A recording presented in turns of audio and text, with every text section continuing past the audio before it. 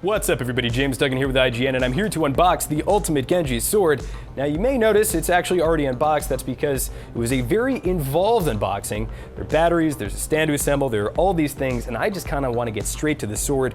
We will go over the elements of the admittedly gorgeous box later, but for now I just kind of want to give a baseline impression on how this sword feels and looks and behaves from a sound perspective, so let's go ahead and pick it up. And straight away, visually, from a visual standpoint, the sword is spectacular. There's some very cool gradients like burn markings at the very base of the handle.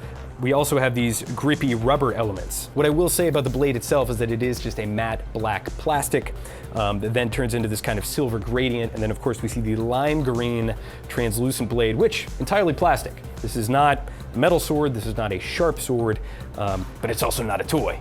So don't mess around with it, kids. That's kind of a toy, isn't it, really? All right, so we're turning this on. And that's the sound that we get when we turn it on.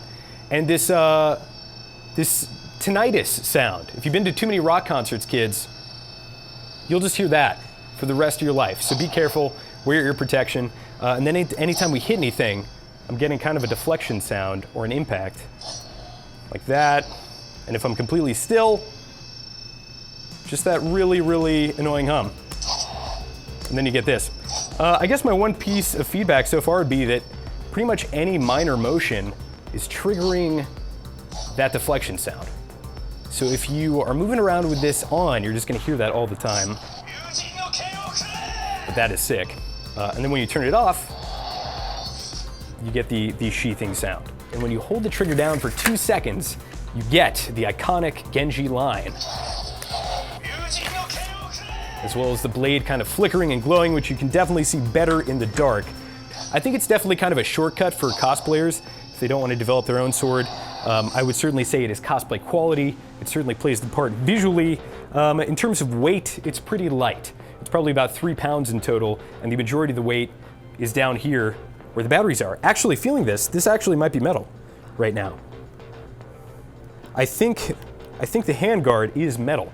I'm gonna go out on a limb and say that, but the rest of it I think is plastic or maybe a combination of the two. So that is the visual presentation as well as the feel of the Ultimate Genji Sword. But also we have the sheath, which we already saw.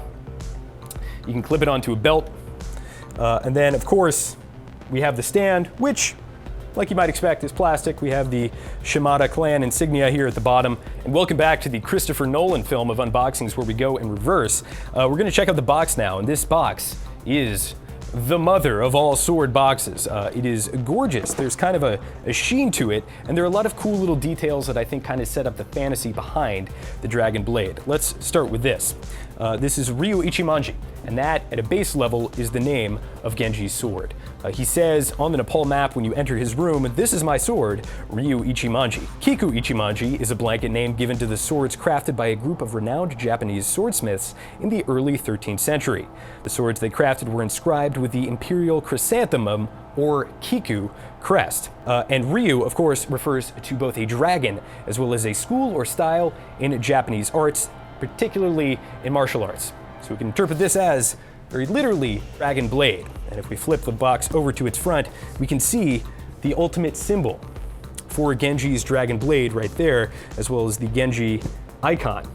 Now, I'm not gonna attempt to interpret this, but if you want to, feel free in the comments. But this down here, we talked about it a little bit earlier on the base of the stand. This is the Shimada clan insignia. And the Shimada clan is a crime syndicate as well as Genji's family. So it's a family-run crime syndicate that always passes to the oldest son, in this case Hanzo, Genji's brother. And if you're familiar with some of the backstory of Overwatch, Hanzo had an extreme falling out to the point where he almost beat Genji to death. He actually thought he killed him, but then Mercy came and built that awesome cybernetic ninja suit for Genji. And so this insignia of the two dragons, the Ouroboros of them eating each other and fighting each other, can kind of be interpreted as both Hanzo and Genji in this constant conflict, and I think it's really cool. We have the Ultimate Genji Sword here, we have the Overwatch symbol, and then there's also some other little tidbits, and in fact, when you open the box up, there is some more kanji or katakana that you can interpret. Tell me what it means in the comments, and I will give you a gold star. To recap, the Ultimate Genji Sword comes with a sword, the plastic sheath, as well as the stand. The sword is made of ABS, PVC, alloy, as well as some electronic chips to give it these sound effects. You can purchase this whole thing for around $200. It's US dollars, and that ships out on December 15th, and will hopefully get there in time for Christmas, though I'm sure they'll make it happen. For all things Overwatch, keep it right here on IGN.